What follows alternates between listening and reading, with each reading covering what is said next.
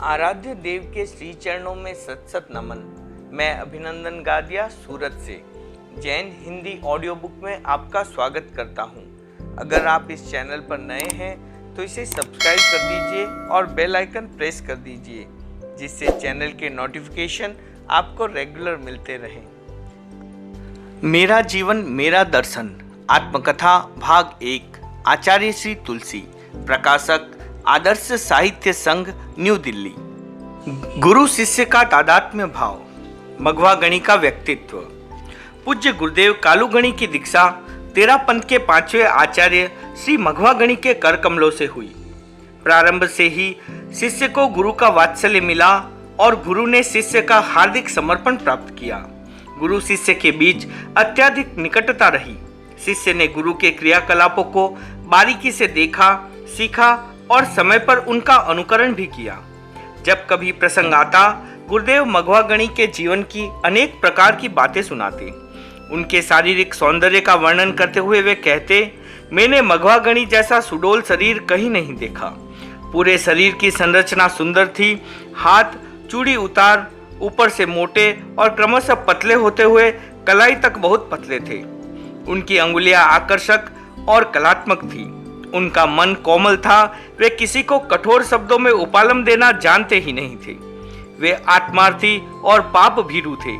शारीरिक और मानसिक दृष्टि से उनमें जितनी कोमलता थी, उनका आत्मबल उतना ही प्रबल था। मघवा गणी के प्रति गुरुदेव के मन में क्या क्या भाव थे बताना बहुत कठिन है।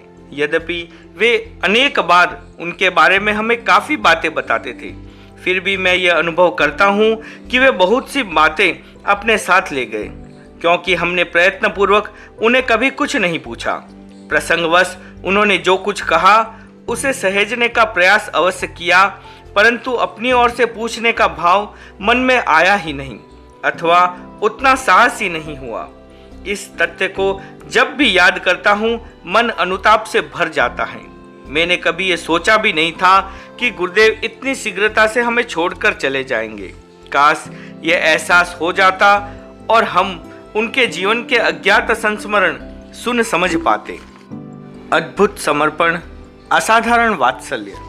पूज्य गुरुदेव का अपने जीवन निर्माता मघवा गणी के प्रति अद्भुत समर्पण था। मघवा गणी के मन में भी उनके प्रति असाधारण वात्सल्य था।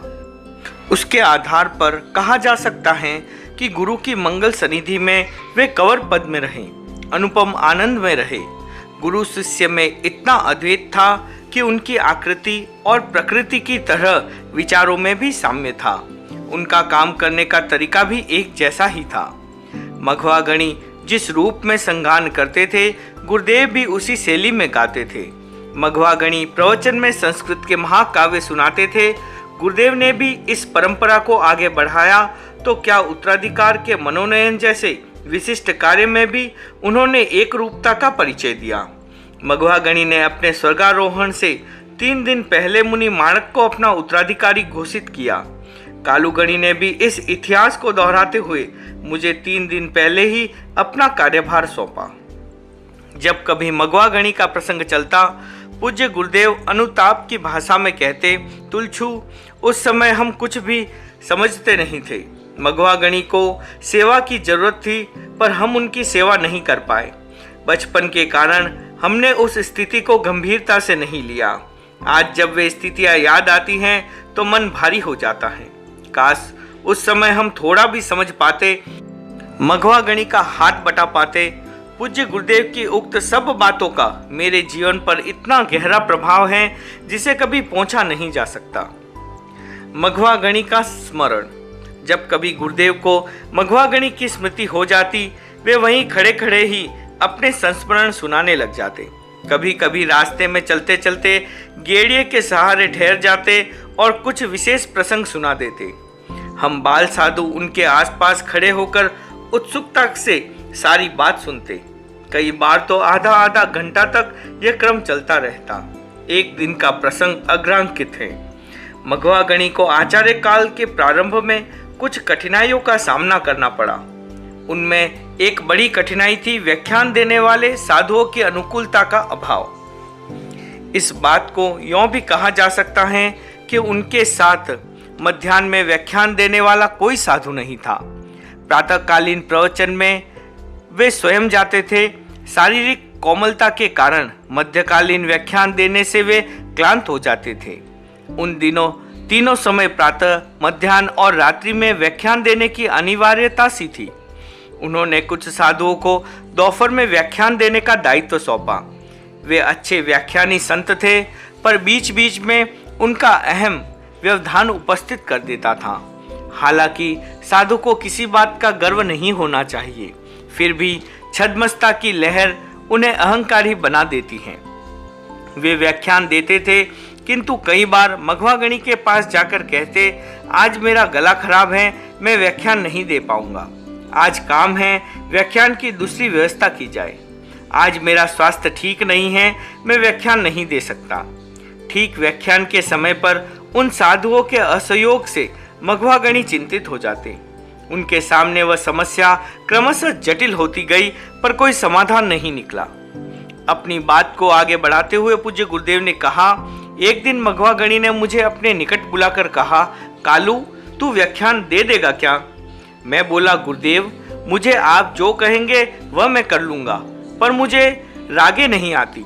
मघवागणी ने कहा, बस इतनी सी बात, इसके लिए डरने की जरूरत नहीं है। रागे मैं स्वयं धरा दूंगा, व्याख्यान का अर्थ भी समझा दूंगा और साथ में गाने वाले भाइयों को भी तैयार कर दूंगा। बोल, अब तो कोई कठिनाई नहीं होगी। मैंने निवेदन किया, गुरुदेव, आपकी इतनी कृपा हो जाए फिर कौन सी कठिनाई होगी। मघवागणी ने मुझे प्रोत्साहन और प्रशिक्षण देकर मध्याह्न में व्याख्यान देने का आदेश दिया। मैंने आदेशानुसार व्याख्यान देने की स्वीकृति दे दी। उक्त प्रसंग का उपसंहार करते हुए पूज्य गुरुदेव बोले, उधर व्याख्यान देने वाले साधु सोच रहे थे कि मघवागणी उन्हें अपने पास बुलाएंगे, उनकी खुशामद करेंगे और उन्हें व्याख्यान देने के लिए कहेंगे तो उनका महत्व बढ़ेगा। इसलिए वे उनके बुलाने की प्रतीक्षा करते रहे, किंतु मघवागणी को उन्हें बुलाने की अपेक्षा नहीं रही। व्याख्यान का समय होने पर मैं व्याख्यान देने चला गया। साधुओं को इस बात की जानकारी मिली तो दूसरे दिन वे स्वयं मघवागणी के पास आए और बोले, आज व्याख्यान हम दे देंगे। मघवागणी ने शांति के साथ कहा, तुम लोग विश्राम करो, अब व्याख्यान कालू देगा। उन साधुओं के मन में एक प्रकार से यह अहम भाव था कि उनके बिना व्याख्यान देने वाला कोई नहीं है, किंतु गुरुदेव के प्रताप से उनका अहम चूर चूर हो गया। मघवागणी का अनुकरण। पूज्य गुरुदेव जब कभी मघवागणी के संस्मरण सुनाते, उनकी आंखें नम हो जाती। मुझे ऐसा अनुभव होता मानो मघवागणी के मन की पीड़ा उनकी आंखों में उतर गई हो। एक दिन बात ही बात में उन्होंने कहा, मघवागणी मुझ पर जैसा वात्सल्य भाव रखते थे वह अनिर्वचनीय है, उसे शब्दों के द्वारा अभिव्यक्ति देना संभव नहीं है। मुझे व्याख्यान देने की कला सिखाने के लिए उन्होंने अनेक प्रयोग किए। कई बार वे मुझे गाने का निर्देश देते, मैं गाता और वे स्वयं उसकी व्याख्या करते थे। मैंने मघवागणी के बारे में गुरुदेव के मुखारविंद से जो कुछ सुना, समय समय पर उन्हें उसका अनुकरण करते हुए देखा। उन्होंने अनेक बार मुझे कहा, तुलछू, आज तू अमुक गीत गा। मैं गीत का संगान करता और गुरुदेव उसका अर्थ करते। कभी कभी वे अपने हाथ से पन्ना मुझे पकड़ाते हुए कहते, आज आगम का पाठ और उसकी टीका पढ़कर उसका अर्थ कर। मन में संकोच होने पर भी मैं गुरुदेव की आज्ञा का पालन करता। जहाँ कहीं अर्थ सही रूप में नहीं किया जाता, वहाँ वे स्वयं उसमें संशोधन कर देते। व्याख्यान कैसे देना चाहिए, इस विषय में उन्होंने कई बार विशेष प्रशिक्षण दिया। जब उन्होंने मुझे मध्यकालीन व्याख्यान देने का निर्देश दिया, तब मैंने दूसरे स्थान पर जाकर व्याख्यान देने की आज्ञा ली। इस पर उन्होंने कहा, व्याख्यान वहाँ नहीं, यहीं दे। वहाँ तू क्या बोलेगा, इसका मुझे पता कैसे लगेगा। तब मुझे वहीं व्याख्यान देना पड़ा। एक दिन की बात है, गुरुदेव कमरे में विराजमान थे। कमरे के बाहर मैं व्याख्यान देने गया।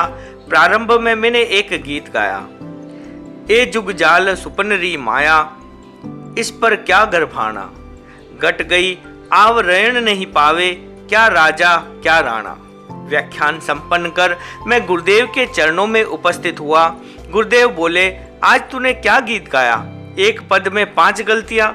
मैंने वंदना कर गलतियों का संशोधन करवाने की प्रार्थना की। गुरुदेव ने कहा, देख, इसमें जुगजाल नहीं जगजाल है, सुपन नहीं स्वपन है, गर्भाण नहीं गर्बाण है, आव नहीं आऊ है, रहन नहीं रहन है। तू दूर जाकर व्याख्यान देता तो ये गलतियां कौन पकड़ता। सचमुच गुरुदेव के दूरदर्शितापूर्ण चिंतन से मेरी व्याख्यान की शैली में उत्तरोत्तर सुधार होता रहा। मैं कभी कभी सोचता हूँ कि गुरुदेव ने यह सब क्यों किया। इस संदर्भ में 2 बातें सामने आती हैं, मेरा निर्माण और दूसरों पर प्रभाव। उनका पहला उद्देश्य था मेरे भीतर छिपी हुई क्षमताओं को उभार कर व्यक्तित्व का निर्माण करना। दूसरा उद्देश्य था साधु संघ अथवा चतुर्विध धर्म संघ के मन पर मेरा प्रभाव स्थापित करना। यही कारण है जिनसे मैं कुछ ही वर्षों में बहुत अधिक व्यक्तियों का प्रिय बन गया। गुरुदेव से असीम वात्सल्य और अन्य साधुओं से सादर स्नेह पाना मुझे बड़ा अच्छा लगता। गुरुदेव के मंगलमय सानिध्य में मैंने जिस आनंद का अनुभव किया और विकास के जो नए क्षितिज खोले, वे आज भी मेरे लिए आनंददायक हैं। गुरुदेव के अनन्य साथी। पूज्य गुरुदेव का जीवन पढ़ने और सुनने से ऐसा प्रतीत होता है कि अपने दीक्षा गुरु मघवा गणी के साथ उनका गहरा तादात्म्य था। उनके अतिरिक्त कुछ साधुओं के साथ भी उनके आत्मीय संबंध थे। उन साधुओं में एक नाम मुनि मगनलाल जी का है। मुनि मगनलाल जी और गुरुदेव की अवस्था में 7 वर्ष का अंतर था, किंतु उनकी दीक्षा में केवल 1 वर्ष का अंतर रहा।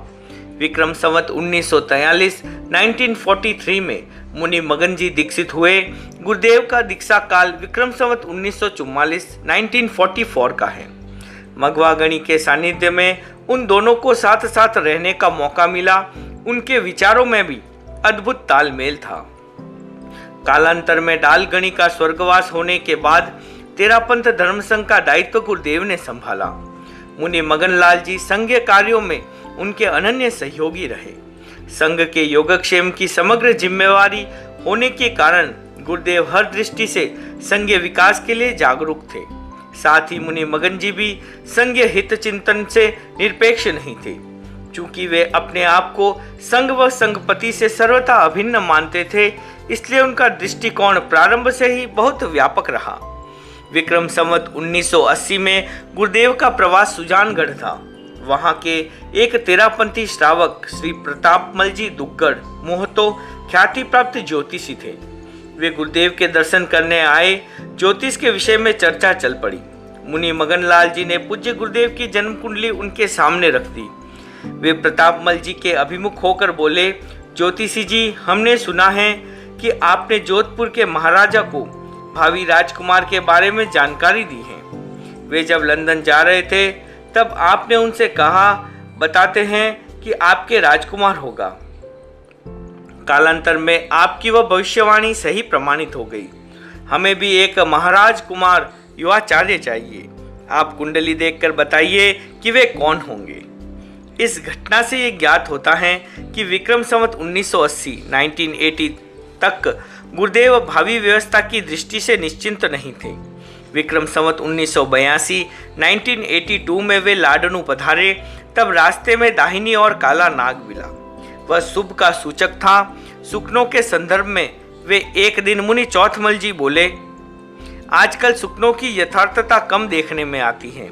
यह बात सुन गुरुदेव ने कहा, नहीं, ऐसी बात तो नहीं है। हम बिदासर से लाडनू गए थे, तब शुभ सुकन हुए थे। उसी के फलस्वरूप तुलछू की दीक्षा हुई। पहले हमें पता ही नहीं था कि उसकी दीक्षा लेने का भाव है, पर लाडनू जाने के बाद झटपट दीक्षा हो गई।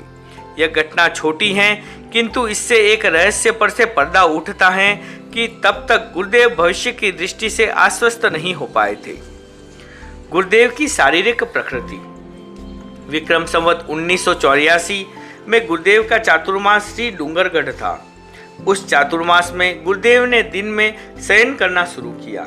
संघीय विधि के अनुसार 16 से 50 वर्ष की अवस्था तक बिना विशेष कारण दिन में सोकर नींद लेने की परंपरा नहीं थी।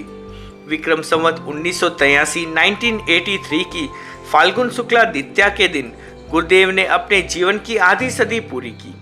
सामान्यतः 50 वर्ष की अवस्था कोई बड़ी अवस्था नहीं होती, फिर भी मेरी दीक्षा के बाद गुरुदेव शारीरिक दृष्टि से वृद्धता का अनुभव करने लगे। घुटनों में दर्द पहले से ही रहता था। मैंने उनके हाथ में गेड़िया बराबर देखा। वे कई बार कहते, मेरा ऊपर का शरीर ठीक है किंतु पैर कमजोर हैं। इस कमजोरी के कारण मातृश्री झोगा जी हैं। उन्होंने मुझे कभी बच्चों के साथ खेलने नहीं दिया। एक दिन मैं घर से बाहर गया, किसी बच्चे ने थोड़ी सी छेड़छाड़ कर ली। उसके बाद झोगा जी मुझे कभी घर से बाहर जाने ही नहीं देती।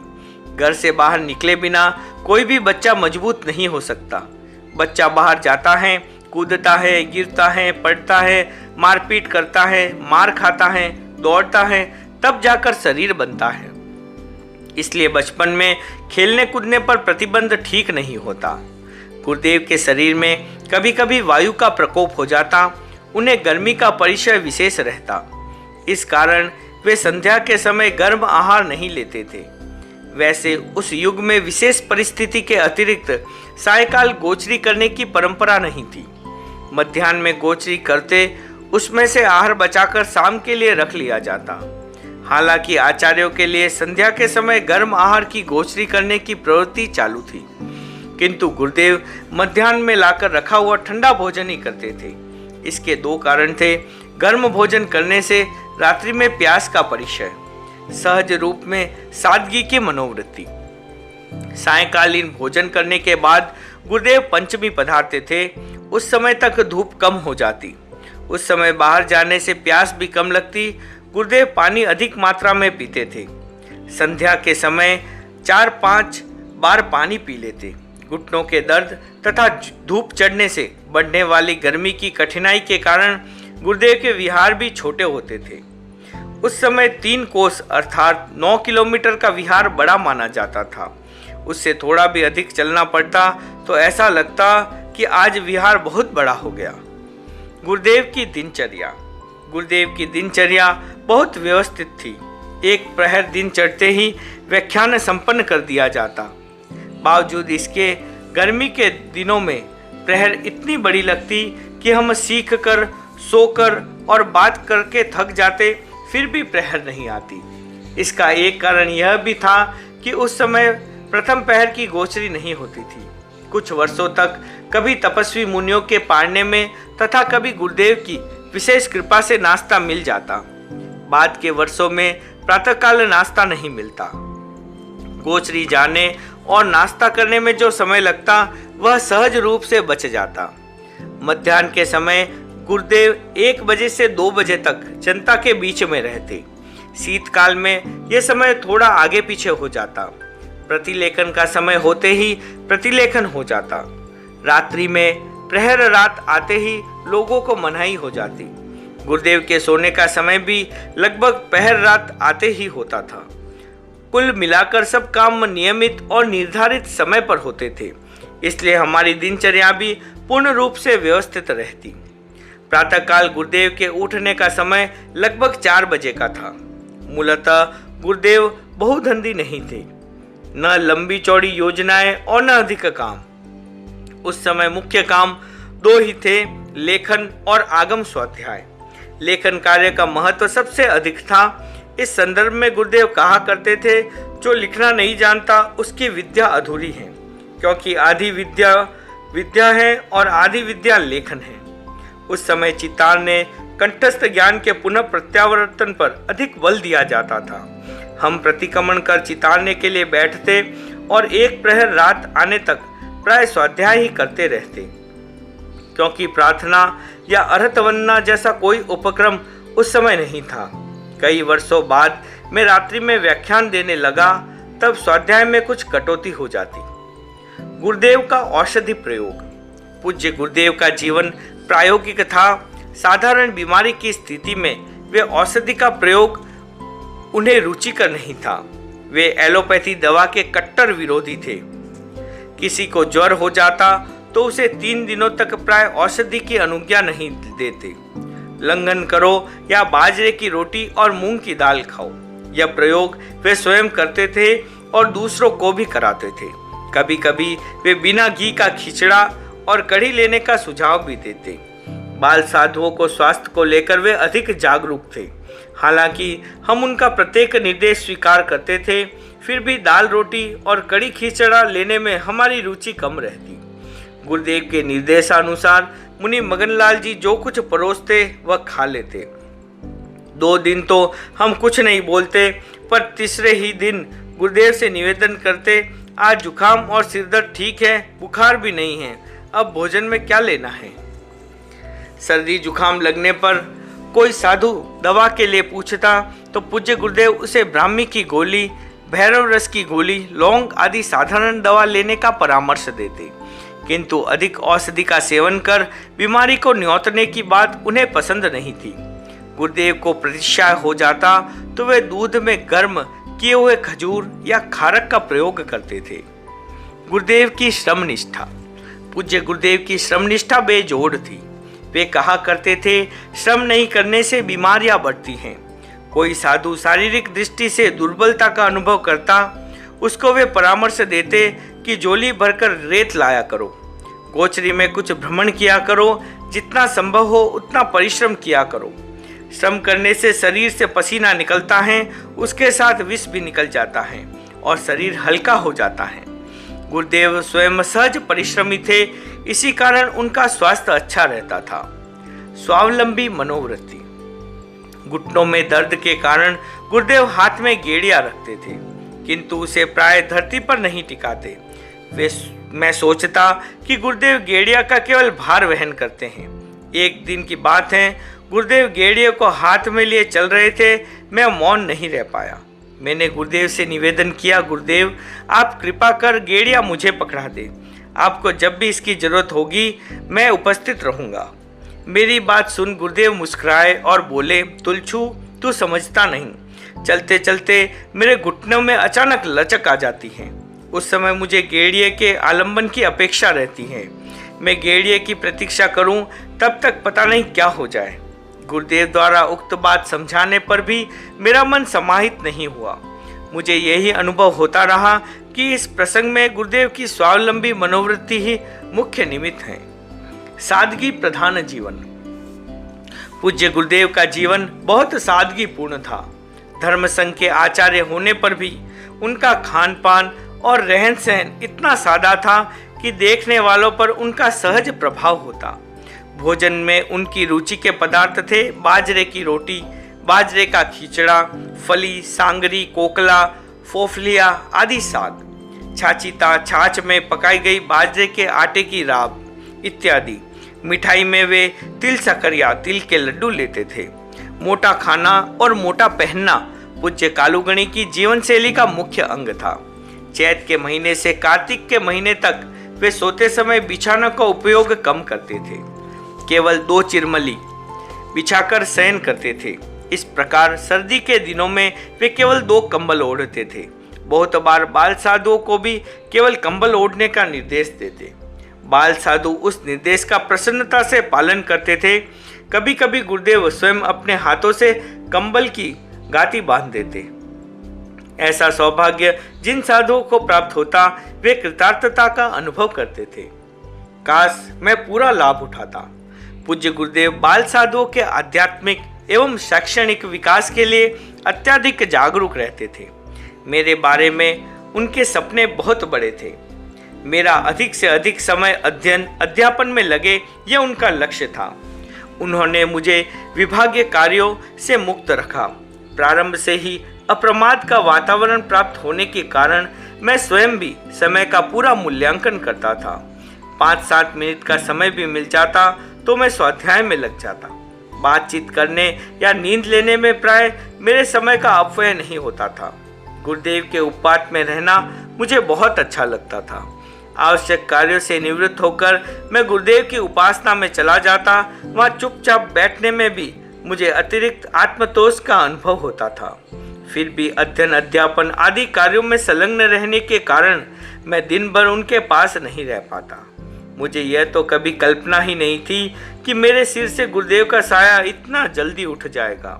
यदि इस विषय में थोड़ा सा भी आभास हो जाता तो मैं दिन रात सेवा में ही बिताने का प्रयास करता। अब तो मन में अनुताप ही शेष रह गया है कि काश मैं सजग रहता और उस दुर्लभ अवसर का पूरा लाभ उठा पाता। वह मेरी ही सेवा है। गुरुदेव मारवाड़ की यात्रा पर थे। यात्रा के समय प्राय आगे जाया करता था, किंतु उस यात्रा में गुरुदेव के साथ रहने की भावना प्रबल थी, इसलिए मैं गुरुदेव के साथ साथ चलने लगा। कुछ दिन यह क्रम चला। एक दिन गुरुदेव ने आगे जाने का निर्देश दे दिया। मैंने सेवा में रहने का अनुरोध किया, पर मेरी प्रार्थना स्वीकृत नहीं हुई। मैंने दूसरी बार निवेदन किया तो वे बोले, तू आगे जाकर जो काम करेगा वह मेरी ही सेवा होगी। गुरु का आदेश सिरोधार्य कर मुझे आगे जाना पड़ता। उस क्रम में आधा पौना घंटे का समय मिल जाता। उन दिनों मैं गुरुदेव के निर्देशानुसार रामचरित्र सीखता था। मैंने उस समय का उपयोग विशेष रूप से रामचरित्र सीखने में ही किया। ओम अरहम।